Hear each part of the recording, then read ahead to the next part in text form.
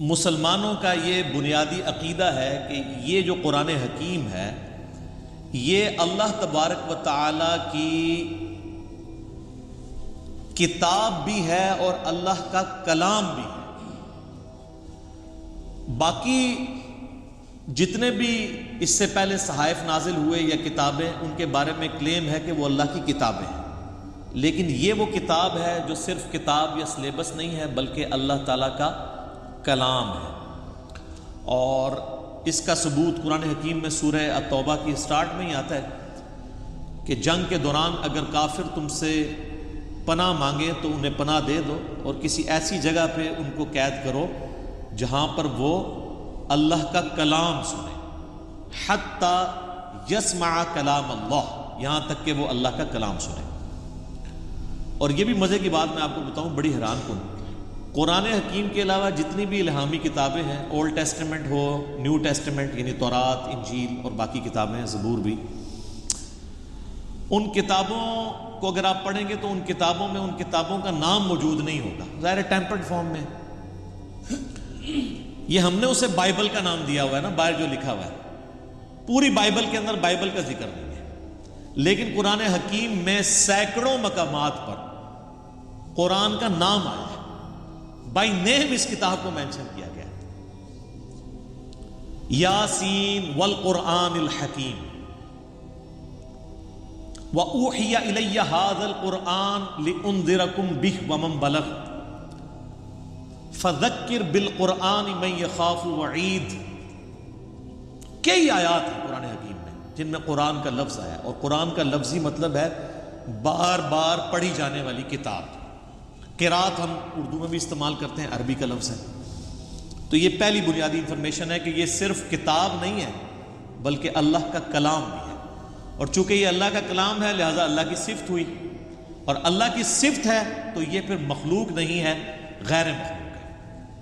البتہ جو ہمارے پاس اس وقت یہ بائنڈنگ کے اندر قرآن موجود ہے، اس قرآن کے یہ جو صفحے ہیں یہ تو ظاہر مخلوق ہے، کریشن ہے، اس کے اوپر جو سیاہی ہے پرنٹنگ کی وہ بھی کریشن ہے، اس کا گتا بھی، یہ بھی کریٹڈ ہے، لیکن اس کے اندر جو کلام لکھا ہوا ہے اگرچہ وہ کاتب کی رائٹنگ ہے وہ بھی کریشن ہے، کریٹڈ ہے، مخلوق ہے، لیکن جو کلام لکھا گیا ہے جسے ہم پڑھتے ہیں یا سنتے ہیں وہ غیر مخلوق ہے، وہ اللہ کی صفت ہے۔ اور اسی لیے آپ دیکھیں کہ سورۃ الاعراف میں آتا ہے نا کہ حضرت موسیٰ علیہ السلام نے خواہش کا اظہار کیا تھا کہ اے اللہ میں تجھے دیکھنا چاہتا ہوں، تو اللہ نے کیا فرمایا تھا؟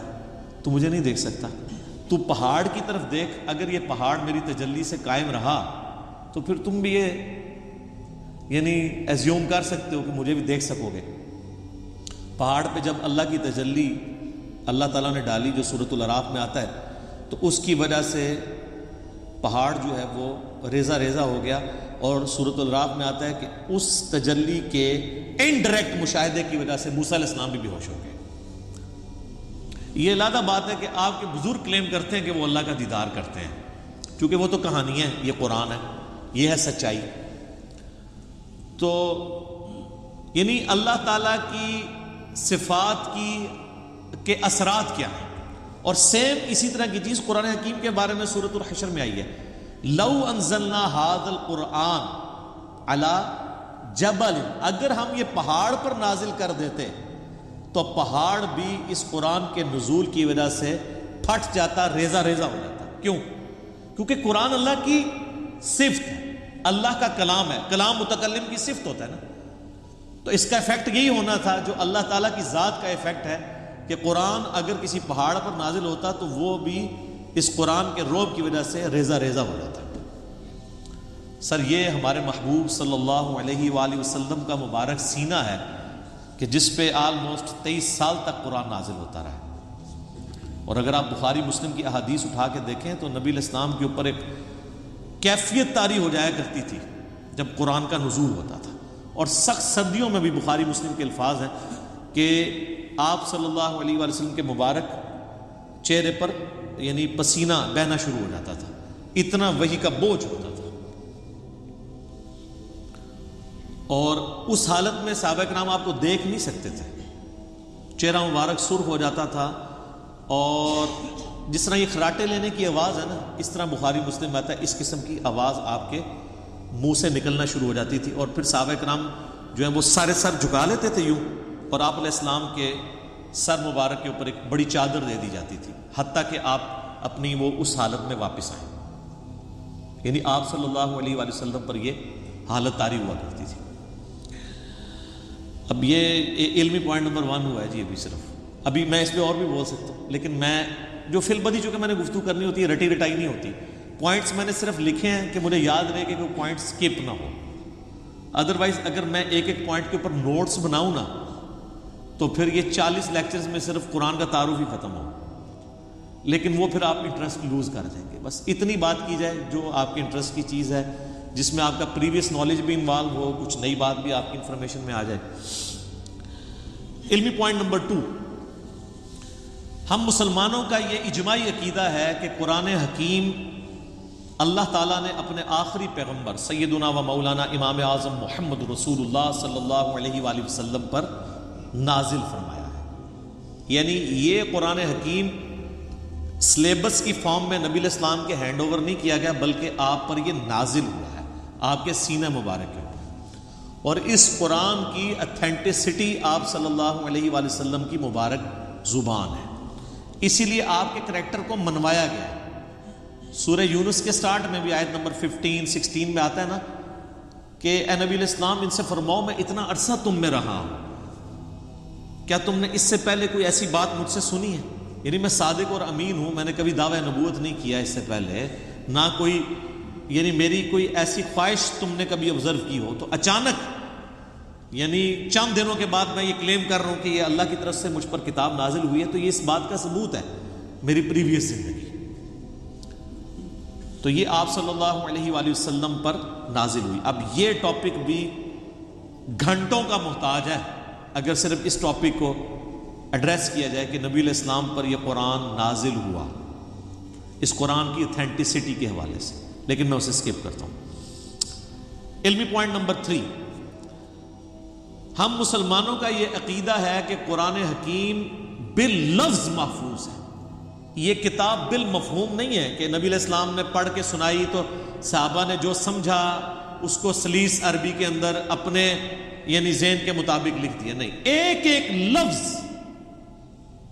منوان ویسا ہی ہے جیسا کہ اللہ تعالیٰ نے نازل فرمایا، کوئی انٹرپریٹیشن نہیں ہے اس کی، بالمفہوم نہیں ہے، باللفظ ہے.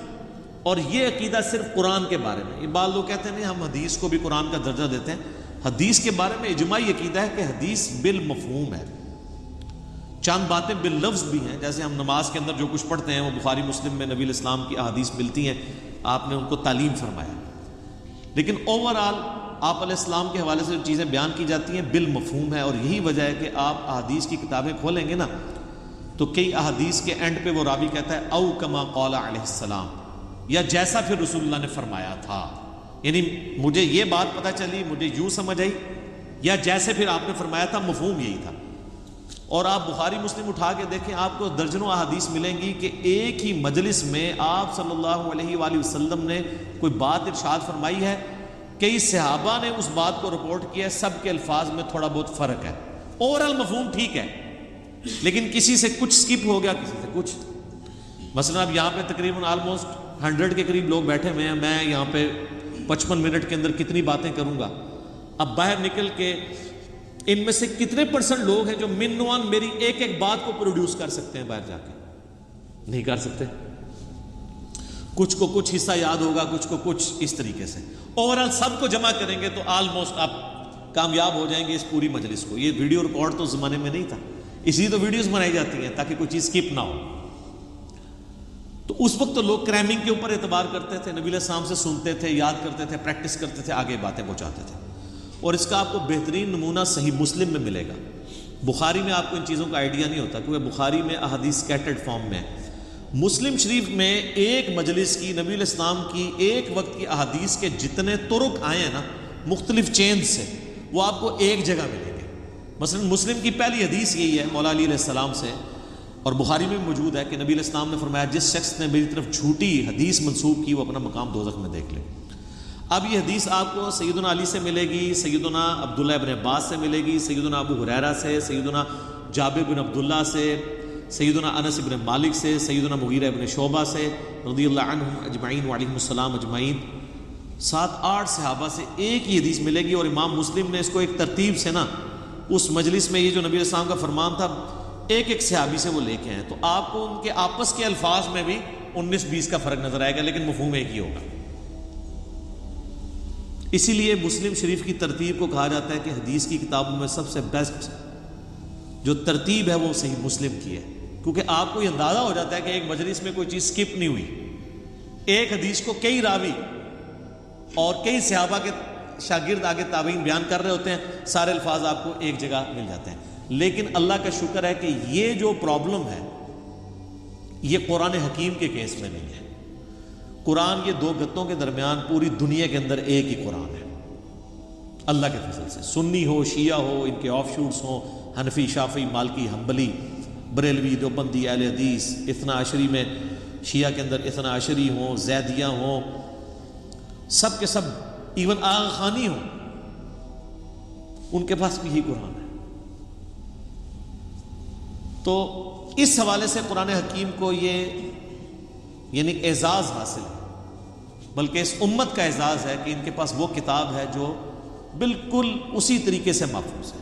اور آج تو بڑا آسان طریقہ ہے، ہمارے پاس وہ نسخے موجود ہیں جو سیدنا عثمان نے لکھوائے تھے اس زمانے میں، منوان وہ نسخے موجود ہیں۔ اور آج بڑا آسان طریقہ ہے، کاربن ڈیٹنگ اسے کہتے ہیں، جس سے آپ کسی بھی چیز کی لائف فائنڈ کر سکتے ہیں یہ کتنی پرانی ہے۔ آپ کو پتہ ہے پچھلے دنوں برمنگھم کے میوزیم کے اندر ایک قرآن کا نسخہ ملا تھا، اس میں سورہ طٰہٰ کی اور بعض اور آیات یعنی کچھ ان کو صفحات ملے تھے، بھیڑ کی اس کے اوپر کھال کے اوپر لکھے ہوئے، کچھ ہڈیوں کے شانے پہ جس طرح اس زمانے میں لکھے تھے، تو اس کی کاربن ڈیٹنگ انہوں نے کروائی ہے، اور وہ BBC کی رپورٹ ہے، کسی مسلمان نے نہیں بنائی ہے، غیر مسلم ہے، اس میوزیم کا انچارج جو ہے وہ غیر مسلم ہے، اور ان کی ویڈیو چڑھی، آپ یوٹیوب پہ جا کے لکھیں اولڈسٹ ورژن آف قرآن، وہ تو ورژن کہتے ہیں، ورژن تو ہے ہی نہیں، قرآن تو ایک ہی ہے، تو وہ آپ کو مل جائے گا، اس کی کاربن ڈیٹنگ کرائی ہے، وہ سیدنا عثمان کے زمانے کا قرآن ہے، اور کوئی فرق نہیں ہے الحمدللہ۔ اور اللہ نے ایسی حفاظت لی ہے، قرآن حکیم کا ایک نسخہ جو حضرت عثمان تلاوت کر رہے تھے، اور اس نسخے کے اوپر ان کے خون کے قطرے گرے تھے جب ان کو شہید کیا گیا، اور وہ بھی کمال آیات ہیں سورہ البقرہ کی، فَسَيَكْفِيكَهُمُ اللَّهُ، ان کے مقابلے پر اللہ تجھے کافی ہے۔ ان آیات کے اوپر سیدنا عثمان کا خون گرا تھا، وہ آج بھی خون کا دھبا اور وہ نسخہ محفوظ ہے توپ کاپی میوزیم ٹرکی کے اندر۔ ایک اسی طرح کا نسخہ جو عثمان نے لکھوایا تھا وہ رشیا کے میوزیم میں ہے، تو سیم وہی قرآن ہے جو ہمارے پاس ہے، جو تاج کمپنی چھاپ رہی ہے یا ضیاء القرآن پبلیکیشن والے چھاپ رہے ہیں، یا انٹرنیشنل لیول کے اوپر وہ جو کاتب ہے عثمان طٰہٰ دمشق کا علماء سے معذرت کے ساتھ، یہ لفظ دمشق ہے، یہ یعنی بلو بائنڈنگ میں چھپتا ہے سعودیہ سے، اور یہی ریڈ بائنڈنگ میں ایران سے چھپتا ہے، بالکل اندر ایک طرح کا قرآن ہے، اور ہر صفحے پہ آیت ختم ہو رہی ہے، کاتب نے اتنے مہارت سے اس کو لکھا ہے کہ ہر صفحے کے اینڈ آیت کے اوپر ہوتا ہے، یہ وہی قرآن ہے۔ کاربن ڈیٹنگ سے بھی آپ چیک کر سکتے ہیں کہ باللفظ قرآن حکیم محفوظ ہے، اور پھر اللہ نے اس کو ذریعہ محفوظ کا ہونے کا جو ہے وہ حفاظ کو بنایا ہے۔ آپ نے کبھی قرآن حکیم کے اینڈ پہ دیکھا ہے اس کی تصدیق کون کرتا ہے؟ 3-4 حفاظ کا لکھا ہوتا ہے ہم نے اس قرآن کو لفظ بہ لفظ پڑھا ہے، اس میں کوئی غلطی نہیں ہے۔ تو حافظ کہاں سے پڑھ رہے ہوتے ہیں؟ اپنی یادداشت سے۔ قرآن اللہ تعالیٰ نے عملی تواتر سے حفاظ کے ذریعے محفوظ کیا ہے۔ اس وقت دنیا میں لاکھوں میں نہیں ملینز میں لوگ موجود ہیں جن کو یہ کتاب ازبر ہے۔ کتنا بڑا معجزہ ہے۔ آپ انڈونیشیا کا مسلمان اٹھائیں، افریقہ کا مسلمان اٹھائیں، رشیا کا مسلمان اٹھائیں، سب کانٹیننٹ کا مسلمان اٹھائیں، کہیں سے شروع کریں، آدھی آیت پڑھیں، اس سے اگلی وہ دوسرا پڑھے گا، ہو ہی نہیں سکتا کوئی اختلاف آ جائے۔ اور اتنا یہ محکم سسٹم ہے کہ غلطی کر ہی نہیں سکتا۔ امام کعبہ بھی اگر اپنی تلاوت میں بھولتا ہے نا تو پیچھے سینکڑوں لوگ لقمہ دے دیتے ہیں۔ اور سر یہ بھی دیکھیں قرآن کا اس وقت کسی کا احترام نہیں ہوتا کہ آگے کون کھڑا ہوا. قرآن میں اگر کوئی ذرا سی بھی ڈنڈی مار نماز کے اندر لقمہ مل جاتا ہے. یہ قرآن کی اتنی بڑی حفاظت ہے. تو صرف یہ لکھے ہوئے کے اوپر اعتماد نہیں ہے. لکھنا تو ظاہر امپورٹنٹ ہے کیونکہ الذی علم بالقلم، اللہ نے قلم کے ذریعے قرآن سکھایا ہے، علم سکھایا ہے، اور وہ قرآن بھی نبی الاسلام نے اس طریقے سے ٹرانسفر. لیکن یہ زبانی بھی مسلمانوں نے اسے یاد کیا ہے اور ریٹن فارم میں یہ نسخے موجود ہیں. جب کبھی بھی کوئی ایشو آتا ہے، اب تو خیر آتا ہی نہیں ہے، اتنے اسٹیبلش ہو چکے ہیں، اب تو سافٹ ویئرز بن چکے ہیں، پی ڈی ایفs موجود ہیں. اب تو کوئی کبھی آپ نے دنیا میں سنا ہے کوئی ایشو آیا کہ جی اس لفظ تھلے زیر ہے یا زبر ہے؟ کبھی؟ سر یہ کئی کافر جو مسلمان ہوئے ہیں نا، ان کے لیے سب سے بڑی اٹریکشن یہ ہے کہ قرآن کا ورژن ہی کوئی نہیں، ایک ہی قرآن ہے. یہ جو امریکن تھے وہ پروٹیسٹنٹ کرسچن یوسف ایسٹس 80s میں مسلمان ہوئے ہیں. آپ ذرا ان کی وہ ویڈیو دیکھیں جس میں انہوں نے بتایا ہے کہ میں مسلمان کیسے ہوا ہوں.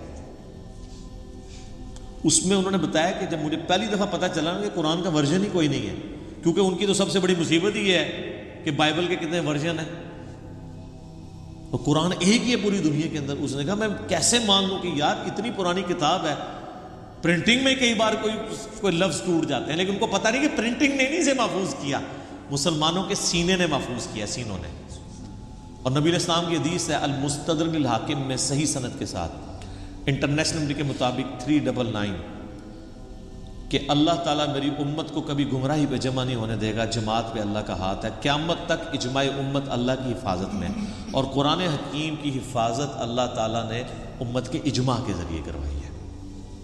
یہ قرآن ہمارے سامنے تو نہیں نازل ہوا، امت کے اجماع نے اسے ٹرانسفر کیا. یعنی امت میں کوئی دوسری رائے نہیں ہے.